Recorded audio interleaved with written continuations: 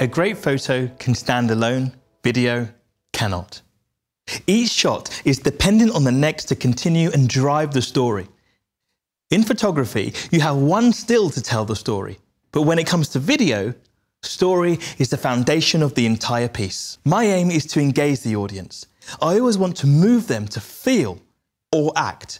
For example, with this video, my aim is to motivate you to pick up your camera and shoot video. Once I have that in mind, it becomes easier to work out what information I need to convey both visually and with sound.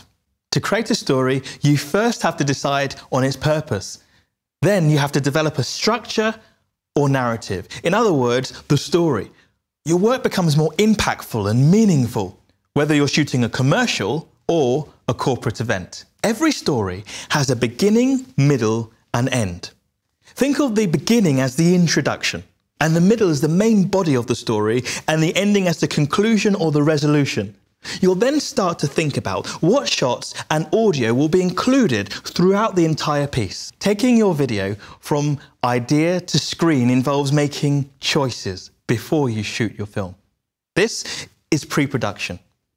For big projects with large crews, this will depend on a storyboard. For simpler projects, I use a shot list.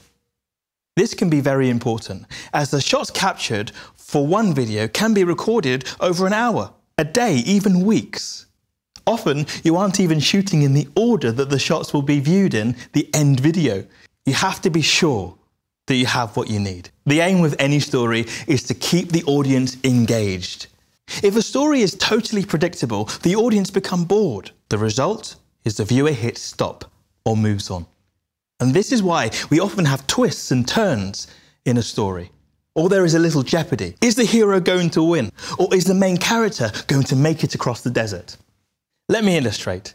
I'm going to take this 5D Mark IV and I'm going to throw it into the air and then catch it, or hope I catch it. Are you ready?